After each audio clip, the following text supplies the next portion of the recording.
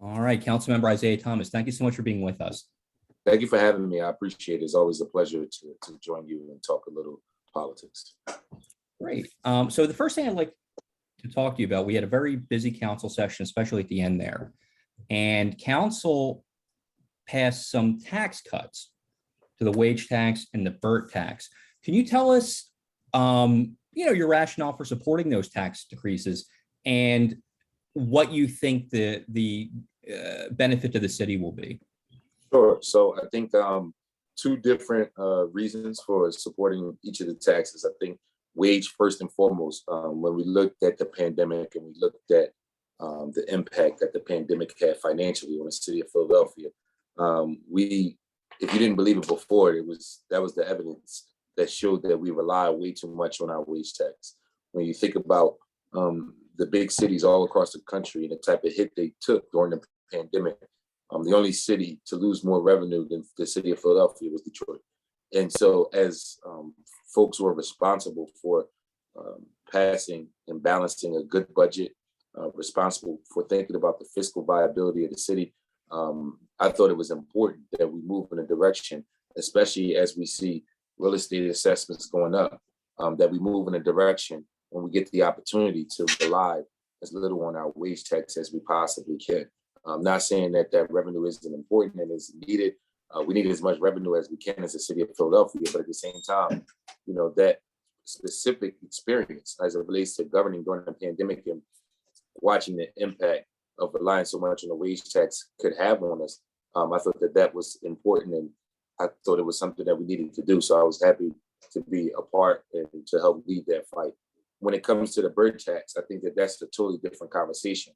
The way we tax businesses, especially small businesses in the city of Philadelphia, is one where, as though when you look at what the coronavirus crisis created as it relates to the ability to work from home, as it relates to a competing market, and trying to do our best to not just attract businesses, but to maintain the businesses that we have, I thought it was important that we send a signal that Philadelphia is open for business and we want to do things that's in the best interest of all of our constituents. And so for two separate reasons, I thought it was two important votes that we had to take. And if we are thinking about the future of our city, thinking about the anticipated deficit that we have, not just on the municipal side, but as well as on the school district side, we have to be innovative in what we do. We have to think about those things years in advance and come up with proactive plans to put us in a position to assure that we're providing the best services and the best quality of life experiences for the city of Philadelphia. So the wage tax cut is probably going to cost the city about $20.5 million in revenue next fiscal year. We're not exactly sure how much the BERT tax cut will cost. However, the savings for citizens is relatively modest. The wage tax decrease will save the average Philadelphian between $15 and $20 a year. The BERT tax, if a company makes about $1 million a year, will be about $30. So when we look at the revenue that we're taking away, how do we make that up when it seems like every dollar counts? I don't think that we're in a position to essentially have to look at the revenue and ask, how do we make it up? We have plenty of revenue right now. We had a $5.6 anticipated $1 billion budget prior to real estate assessments coming out. So we have an opportunity to be innovative and creative as it relates to the revenue that we have right now. You're talking about government services, things like parks and rec centers, libraries, and things of that capacity.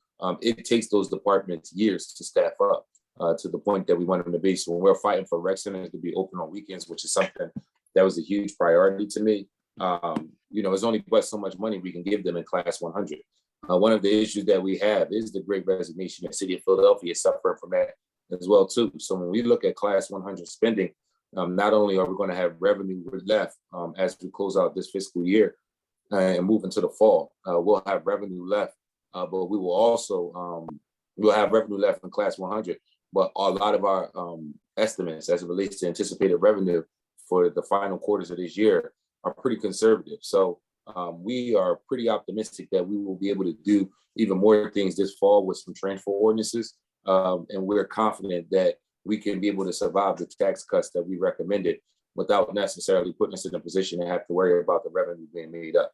Again, the wage tax cut wasn't necessarily about just putting money in the citizens' pockets. We always want to try to put money in people's pockets when we can, especially when we have a surplus of revenue. But I think more importantly, what it was about was beginning to shift the burden, or continuing. I shouldn't say beginning because it's already been happening before I got here.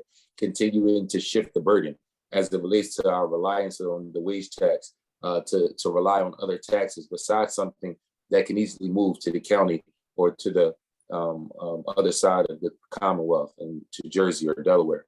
When we think about the bird tax, I think that was us as a municipality trying to send a signal that Philadelphia is open for business. So it's not just about the revenue, because at the end of the day, when you talk about a huge cut that would have that type of impact on constituents or on businesses, that type of revenue will be hard to make up. When you talk about these cuts, again, on the wage side, the focus is to continue to shift our reliance away from wage, because the way we rely on it and how much we rely on it is fiscally dangerous. And the bird tax is to send a signal that Philadelphia is open for business. This is the first time bird has been below 6.0 in decades. So at the end of the day, it's we can do more revenue. We would, but unfortunately, like you said, we don't want to put us in a position where we're cutting services or not being able to provide the best quality of life experiences that we can afford to as a city. And shifting the burden away from the wage tax particularly has been a goal of the administration since they were sworn in. It's something that they've been looking to do. But that's something we support. We think it's the right thing to do. And again, folks who are critical of that theory, I think the pandemic showed you that we do rely too much on our wage tax, and it puts us in a position in a changing economy and a global economy in a world that's constantly changing as it relates to technology. People are beginning to work from anywhere. So if from a fiscal perspective, Philadelphia isn't working for them, and from a quality of life perspective, Philadelphia isn't working for them, they can easily relocate. We have to begin to do our part as it relates to local government to let people know that Philadelphia is open for business, and this is a great place to start, grow, and allow your business to mature. Right, and the wage tax is incredibly volatile. Like you said, we saw that during the pandemic, how challenging that can be. Even if you have a recession, even a minor recession, you see hits in that wage tax and hits to the revenue. Long term, if we're trying to move away from the wage tax, trying to reduce the business taxes, where do you see city revenue coming from once we, because we know we have a little bit of a surplus with the federal funds that came in, but that has to be spent, has to be allocated by 2024 and spent by 2026. So long term, 10, 15, 20 years from now, where do you see the city's main sources of revenue coming from?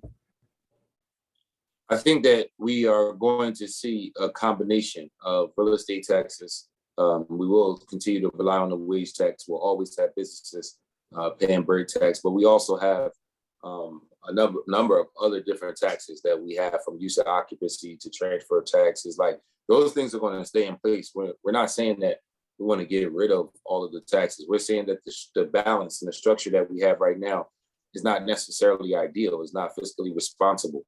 So I think that when you start to see that we use the $80,000 exemption for homestead, that might not always be there. There might be a time when homestead is reduced back down to maybe a $70,000 exemption. We don't necessarily know what the future is going to look like. We can see big increases as it relates to appraisals, and maybe go up to 90,000 as it relates to the homestead exemption. I'm not quite sure, but what we know is we need more of a balance as it relates to real estate taxes, wage taxes, as well as business taxes. And right now, we're relying heavily on wage and not as much on our real estate taxes. So I think that that's going to shift. I think that you're going to see some innovation as it relates to ways that we can generate revenue for the city. And that's the direction I think that we'll go in. So talking about property taxes and the reassessments that had just occurred, it was a little bit surreal on May 9th when the property taxes were released, and OPA, the Office of Property Assessment, was in their budget hearing, and in real time, council members were saying, I just got an email from a constituent about their increase being like 50%. Right. Everybody was very surprised by the scope of these increases. So, and City Council did a lot towards the end of the session. You had mentioned homestead, changes to the loop program, other things that I think are helpful. Do you think for the time being that's it, or are there other strategies that you favor that could reduce the economic impact of property assessments on Philadelphians? I mean, this is similar to your other question. It's so hard to say because the market is so unpredictable right now. And I think that's why we're trying to give ourselves as many options as possible as city government, so that no matter what direction the market shifts in, you know, folks are talking about a deeper recession coming next year. We're fiscally in a position to be able to take the hit and put us in a hopefully a stable condition as it relates to how we come on the other side of whatever fiscal uncertainty is happening over the next year or so. I mean, it's not just COVID, right? We have the war happening in Ukraine. We have inflation, which is, you know, all these things are impacting one another. And it makes it a little hard for us to really predict exactly what that tax balance is going to be as we move forward, and how the real estate market will be impacted by all of this stuff. The assessments this year, when we look at it, the appraisals were not necessarily based on today's market value. It was actually based on last year. So if you look at the impact that inflation has had, you know, we can see a significant increase again, depending on how the assessments are done, because that's another big question is, you know, a lot of folks are wondering, including myself, you know, exactly how these assessments are done. But we could see another big increase for residents in the number of parts of the city. And that can put us in a position where we need more protections for our homeowners, because the one thing we don't want to do is push people out of their home. Philadelphia is a city of neighborhoods. We are a city of homeowners. And that is something that we want to continue to promote and support. So whatever we have to do to try to protect homeowners, that's always going to be a priority to myself and my colleagues. And we're going to do everything in our power to be able to do that. It's just hard to predict exactly what direction we're going to go in. But again, I think our goal is to have as many options as possible. And I think that's why you see some of the tax cuts that you heard suggested, because we did do a good job of putting a lot of revenue into things to address city government related issues and city services, resources and programs, but we still have revenue left over. So what better message to send to the constituents of Philadelphia, as well as the surrounding area, that Philadelphia is open for business. When you look at the issue of poverty, when you look at our job growth and our job market, we're one of the cities that continue to grow low income wage jobs. Like, we want to be able to grow jobs that put people in a position where they can live a quality middle class life. Far too often, people who work and live in the city of Philadelphia are the working poor. When we say, you know, about 25% of our city is living in poverty, you know, a lot of those folks got a job. They wake up and go to work every day. They're just not being able to put in a position where they can earn a quality living for themselves and their family. Hence the term working poor. And one thing you said that I wholeheartedly agree with is the concern over what the next assessments are going to look like. If OPA is committed to doing these every year, which maybe it happens, maybe it doesn't for next year. I mean, I anecdotally, you know, I can tell you that houses in my neighborhood that sold for significantly higher than what they would have a year or two ago were not taken into account in this assessment. Exactly. So next year, you could see, or in 2 years, the same situation again, which is very troubling. Let's shift gears a little bit here. This is your third budget cycle in City Council. What observations do you have regarding that process? And is there anything you can illuminate, you know, our listeners in terms of how the budget gets from beginning to end? I mean, so it's been 3 different budgets for me. My first budget process was a mess because that was the first year of COVID. Last year, we were thinking about what, and during that year, we were thinking about what we had to cut and what we had to give up, and how could we basically put a Band-Aid budget together to be able to survive all the things that we were going through. Last year, we started to see a little light towards the end of the tunnel as it relates to budget negotiations. But I think this was our first budget where we actually had money, where we can actually advocate for program services, and not just for things to be saved, but for things to invest in. This was the first budget for me that we could be proactive. Every year before this, it was very much reactive. And so at the end of the day, first and foremost, is always about the revenue. And the revenue this time was very uncertain because of property assessments, but we knew that we would have a surplus thanks to the federal dollars and the federal support. People did not understand how important that federal support was. It put us in a position where we didn't have to take a vote to increase taxes, because if we didn't get federal money, not only would we not been able to cut taxes, we probably would have had to take a vote at some point to increase some tax somewhere, similar to what we had to do with the parking tax when we first hit the COVID crisis. So at the end of the day, the budget process is a process that consists of a lot of work, a lot of research, a lot of hearings, a lot of dialogue, a lot of negotiation, and a lot of listening to constituents and to advocate groups to understand what people are going through, what issues we're facing as a municipality, and what can we do as government to essentially allocate dollars or resources to be able to address the ills that people communicate to us on a consistent basis. I think for myself as a freshman, this was my best budget cycle because, again, I wasn't necessarily fighting for things to be saved.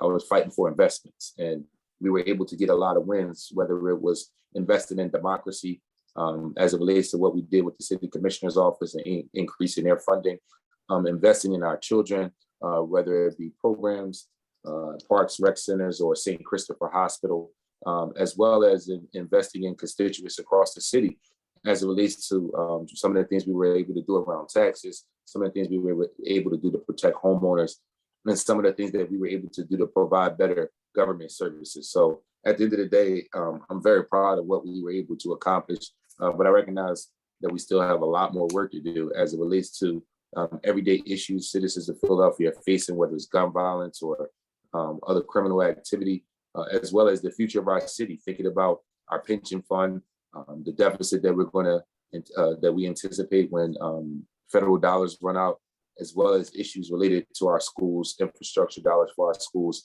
and their anticipated deficit in a couple of years. So, we can do a short victory lap for maybe a couple of days right now, but, at the end of the day, we got a lot of work to do this summer, as well as preparing for the future of our city. So just using this budget as an example, how much do you think changes between the time the mayor gives his budget address and the time you take that final vote in the budget? How much, I don't know if you have a dollar number on how much money gets changed around, but what do you think that is in terms of the percentage of things that gets changed, or what that really looks like? I think most things get changed, and I think the mayor and his budget proposal leaves enough wiggle room to be able to allow those negotiations to happen. When you look at a lot of the things that I named already, a lot of those things started off on $1 amount, and through budget negotiations, as well as looking at the dollars that we anticipate coming in from the increased property assessments, is more revenue there than what was there when the mayor did his budget proposal. So at the end of the day, because of the increase in revenue, because his proposal didn't spend every single dollar, because of the revenue left over from Class 100, just because we're not hiring at the way that we budgeted for, we know we have dollars to be creative with. So at the end of the day, we've seen a significant amount of change as it relates to when the mayor first gave his budget proposal to where we ended up as it related to last week's vote. I would say I don't want to give it like a percentage or a number, because I can't say for certain, but it was significant. Even the wage tax number that we landed on, the idea around Berg, what we did with St. Chris, what we did with the commissioner's office, what we did with the public defender's office, what we did in investing in services, what we did around L&I, a lot of change. Programs that we put money into that wasn't originally on the mayor's budget. We've seen huge change, and it was a lot of negotiation that took place, a lot of hearings behind the scenes to put us in a position to be able to pass this budget. Okay. And it always seemed to me that poverty and violence are inextricably linked. And, we get through this budget session. Are there any things in this budget that particularly excites you about the idea, being able to reduce poverty and violence? Is there anything that really stands out for you? When I think about like poverty and violence specifically, I think that some of the things that we're trying to do as it relates to tax structure will look at some of the issues related to poverty. I think what we're trying to do around work, what we're trying to do around public-private partnerships. You see it with the arts and culture sector, the Illuminate the Arts grants and some of the initiatives that the private sector has done to merit that. You'll see more initiatives coming down the pipe because we've done another round of Illuminate the Arts grants. So again, getting that support from the private sector. I think leading by example, being a part of the negotiations to be able to bring folks together. I think that this budget has put us in a position to begin to take steps as it relates to poverty in the city of Philadelphia. We did earmark a lot of dollars towards gun violence, but the gun violence problem is going to require more than money. And at the end of the day, as government, money and allocation of dollars is our primary responsibility. And outside of that, as individual people, we have to do as much as we can. And that's what I plan on doing with my time, not just this summer, but moving forward, just trying my best to continue to invest in young people so that we can ensure that we're giving them as much prevention-based initiatives and opportunities as possible. And I think that's one of the areas that we were successful at in this budget. Before, we talked a lot about intervention programs, and intervention is great. And when you look at how the Office of Gun Violence Prevention has allocated those grant dollars, most of that money has gone to intervention-based initiatives. This budget, we invested in prevention-based initiatives. When you listen to some of the stories that young people tell about how they got involved in criminal activity, far too often it starts with them being bored. So at the end of the day, we put more money into prevention-based initiatives in this budget than what we've done since I've been a member of City Council. So I wouldn't say excited. I'm glad that we're doing what's right. Clearly, we've had fiscal issues in the past, but some of these things should have already been done. But at the end of the day, again, we still have more work to do. So I'm going to continue to fight the fight against poverty, continue to work with our state partners. I think that that's something I pride myself in, working with our state partners to figure out what could we do around partnering to be able to address issues like the minimum wage, to be able to figure out what can we do as far as providing regulatory relief for businesses, continue to advocate for bills like my Keep It Local bill, where government is doing our part and making sure that we're investing in local businesses. And I think that we had some wins this budget, but I do think we have a lot more work to do. This was just a small step, and we're going to have to take some bigger steps moving forward. And I hope people are going to be open to some of the ideas and the recommendations that we have as it relates to generating revenue for the city, as well as addressing nuisance-related issues that impact the quality of life in the city of Philadelphia. I'm glad you mentioned the Illuminate the Arts grants, because and that's been an issue for you. One of the things that people, whenever there's an economic recession, the first thing that sort of gets put on the chopping block are things like the arts and the people who create art. And if we're in a city that is marketing itself as an artistic city, public art and things like that, you can't get rid of that, and you can't tell the people who are making those things you're not important anymore. So I think that was incredibly important, and something that always has to be considered. So what I'd like to do, switch gears a little bit here.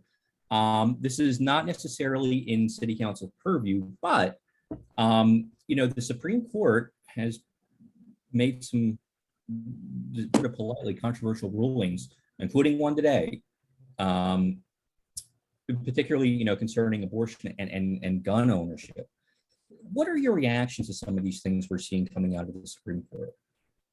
Yeah, I mean, it's extremely disappointing, but not surprising. And at the end of the day, I think not only are the rulings disappointing, I think the response that we're seeing from people is also disappointing. I'm just, all of the finger pointing, all of the blaming, such and such should have did this, such and such should have did that. This person should have stepped down. This person should have fought harder. Look, at the end of the day, we know how we got here. And, one of the things that is important in government is to hold people accountable for the decisions that they make. So the folks who decided to put these Supreme Court justices here, they told us this was going to happen. When they campaigned, when they ran for office, this is what they said they were going to do. And at the end of the day, this is the outcome. We talked often about the Trump presidency, and we said that, the Trump term will last way longer than his time as president, right? And we all knew that when he, got the opportunity to appoint record number of judges, federal judges, up and down. So at the end of the day, we can't now act surprised because this, we knew this was going to happen. But I think the disappointing thing is blaming people who, like blaming President Obama or blaming former sitting judges, or, that's not it. That's the disappointing side to me. I think I would like to see some folks who are disappointed in the decisions that have been made to show the same level of unification, the same level of unity, the same level of intentionality as it relates to being strategic, right? Like folks fought this for, half a century to get to this point. And they now got to where they want. And those of us who believe in this are, within a week of the decision, already pointing fingers at each other. And I know the natural phases of trauma, says that there's this phase of shock before you could come to rational thinking. But I think that the response that we're seeing in the midst of the phase of shock is putting people in a position that they're saying things and doing things that's beyond repair. And I think that's the part that's concerning, is that we're becoming so divisive that it could possibly put us in a position where we could see more damage. I'll give you an example. I coach high school basketball, and often what I would tell young people is, and it's a life lesson, don't let one mistake turn into two. Yeah, you may have missed the layup, but you're so disappointed that you missed the layup that you didn't get back on defense, and now the other team gets an open three-pointer. So, life is the same way. Yeah, we lost this one, but we can't be so upset and so disappointed that the internal fighting puts us in a position where now we lose the midterms in November, right? And now what hurt us so much has been put on steroids, because you'll have states like Pennsylvania where Republicans will have control, and they'll be able to double down on the Supreme Court decisions that they've made. And it's been multiple decisions that they'll be able to double down on if we are in a position in November where we're not electing Josh Shapiro or not electing John Fetterman and Austin Davis. Like, these elections are important. They have consequences. And I hope that people are not so upset that they decide to throw the baby out with the bathwater. Voting, especially if you're a young person, has been something that hasn't shown you a direct result like you may have wanted it to. And if you are a young person and you have voted, let's say 5 or 6 times since 2016 or so, maybe 7 or 8 times since 2000. Well, actually, no, I take that back. More like 15 or 16 times, because we want you to vote twice a year, every year.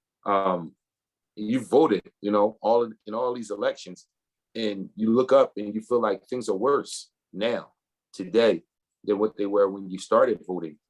How is it that we can continue to keep those young people inspired, motivated, and believing in democracy? Because at the end of the day, that's a tough perspective from that lived experience, to be able to wake up on a consistent basis and often see that your vote didn't make the difference that you wanted it to make. So we got a lot of work to do. I am worried.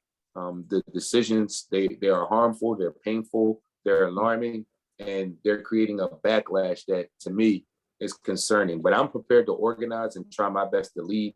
I'm not going to just sit on the sideline and allow chaos to happen. I consider myself a leader, a thought leader in the city of Philadelphia, an elected leader, not just in Philadelphia, but across the Commonwealth of Pennsylvania. And, my goal is to fight as hard as we can to make sure that we're successful in November, and we're as united as a Democratic Party. And those of us who, from an ideological perspective, are disturbed by these decisions that have come out recently, that we're united and we're fighting the same fight and not pointing and blaming folks who didn't have a direct impact on us. Councilmember Isaiah Thomas, thank you so much for being with us. Thank you, Larry, for having me. And please tell Denise I missed her this time.